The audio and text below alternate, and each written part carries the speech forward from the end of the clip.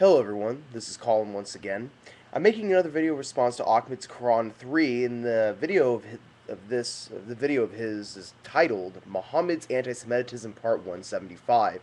Now, I'm making this response because, granted, it's an accusation to charge a historical figure with anti-Semitism without actually backing it up. And I have to give him some credit. He usually will provide some sort of sources to his video.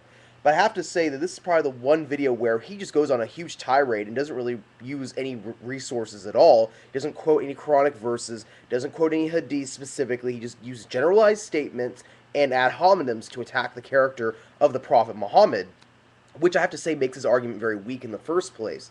In fact, I think the only reference he used, because I really doubt, and AhmadasQuran3, please respond to this video if you actually have this, because I really don't know. I mean, you don't even have to respond to the whole video, just as a comment, if you will.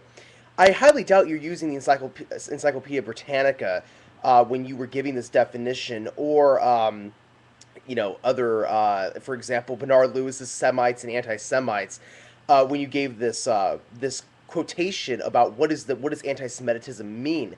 You probably got this from Wikipedia. And I gave the link in the description area because I find it really funny that you use Wikipedia. Because word for word, I actually Googled what you said, and word for word, this is the first thing that popped up. You said anti-Semitism is the prejudice against or hostility towards Jews as a group. The prejudice or hostility is usually characterized by a combination of religious, racial, cultural, and ethnic bases. And then you stopped there. So then continuing on, it says, while this term etymology might suggest the anti-Semitism is directed against all Semitic peoples since its creation, it has been used exclusively to refer to hostilities towards Jews. Now, what's funny is let's read the rest of the Wikipedia article, because I'm sure this is what you used. It says, anti-Semitism may be manifested in many ways, etc., etc., but it says, extreme instances of persecution include the German Crusades of 1096, the expulsion from England in 1290, the Spanish Inquisition, the expulsion from Spain, 1492, the expulsion from Portugal, 1497, and the most infamous, the Holocaust under Adolf Hitler's Nazi Germany. What's missing from that list on the Wikipedia article which you used? Oh, Muhammad. Oh, what do you know? It's kind of funny, isn't it? But let's continue on, because you shot yourself in the foot in this video, and I find it kind of funny that I hope your viewers pick up on this, even though I kind of doubt it since they think your word is gold. It says, you say that while Muhammad was in Mecca, the Quran said good things about the Jews. In their book, which you say is the Hebrew Scriptures, again, you showed ignorance for Islamic theology. Nowhere is the term Hebrew Scriptures or the Bible used in, or the Holy Bible used in the Quran. It's the law it's referring to. You said that Muhammad's referencing the entire Old Testament, the entire Hebrew Scriptures. You're wrong. It's just the Torah. And then you say, but when he got to Medina, it was all these hateful verses. That's funny because in Surah 2, Ayah 62, it mentions good things about the Jews. That was revealed in Medina. Surah 5 was revealed in Medina. There were many verses that were revealed in Medina that did say good things about the Jews.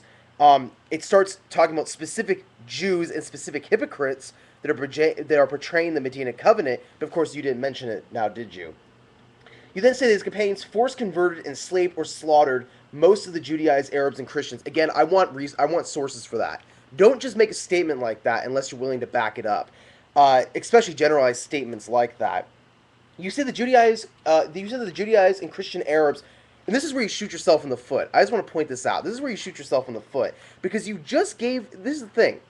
You started out your video by giving a definition for anti-Semitism, which you hijacked from Wikipedia. Anti-Semitism is hate directly against Jews, the Jewish people. As it said, you might think it means all Semitic people, but it means the Jews. This is where you shoot yourself in the foot by saying that, quote, the Judaized Christian Arabs converted were ethnic Semitic Arabs. So they really were not Jews. They converted, like you said yourself, to Judaism and Christianity. But they were Arabs. They were not actually Jews. So Muhammad was truly not an anti-Semite. Him being a Semite himself, meaning an Arab, but the people who he was fighting, these Judaized Arabs, were not themselves Jews. They were converts, which means that he was no way anti-Semitic. Thank you. You shot yourself in the foot. You then say the pagans settled their differences by single combat, not by attacking in hordes. Really? Then how can you explain when they attacked Medina in the Battle of Bidr, Uhud, and the Trench? Was that just by single combat? No, that was actually with armies. You say Muhammad instructed his followers to observe Yom Kippur, which they call Ashura, and face Jerusalem when praying. But you give no explanation for this except that they wanted to be like the Jews or look good in front of the Jews, the Judaized Arabs.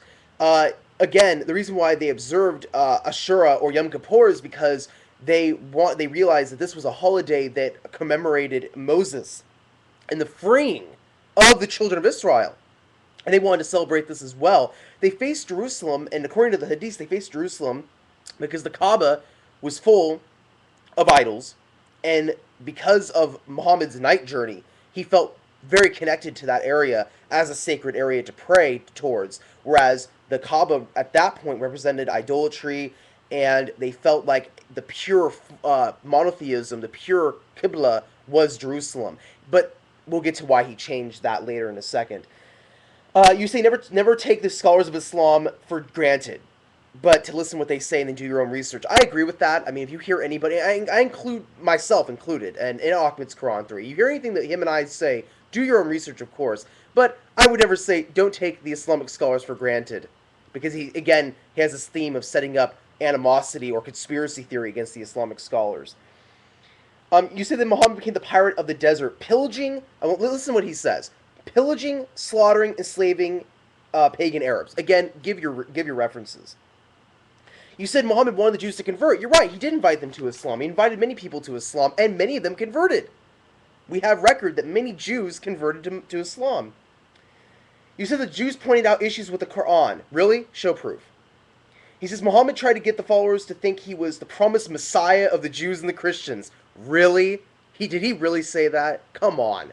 Come on, Ahmad's Quran 3. Come on. You know he didn't do that. There is not a single statement in Ibn Asaq, the Quran, or the Hadiths that say that Muhammad told his followers that he was the promised Messiah of the Jews and the Christians. Why? Because the Quran calls Jesus the promised Messiah.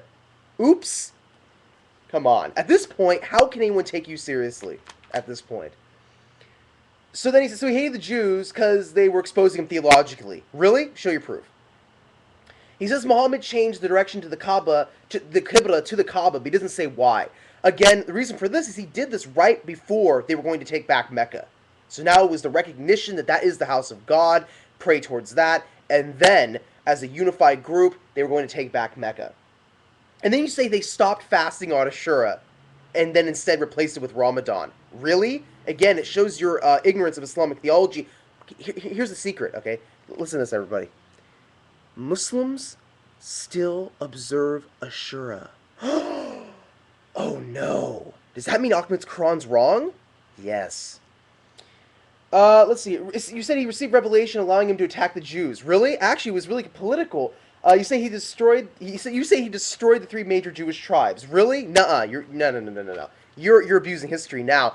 He told the first 2 tribes to leave the area because they betrayed the Medina covenant. The third one, they betrayed the Medina covenant. They helped the pagans. They fought against the Muslims during the Battle of the Trench. So their soldiers were executed, and I will give references for that. The Hadiths say that. He did not destroy all 3 tribes, as you say. You then say that they slaughtered, plundered, enslaved, and raped the pagan Arabs. Really? Show your proof. You crack me up. As well as the pagan Christians. Really? Show your proof. You say chapter 16, you say watch your videos of chapter 16. Yeah, well, I'm going to post a link for my video as well where I refuted that video of yours, along with the one against the Christians. You say the Quran is against Jews and Christians. I refuted both your videos. I'll put those links in my comment or in my description section as well. You say the Quran hates all humans who are not Muslims.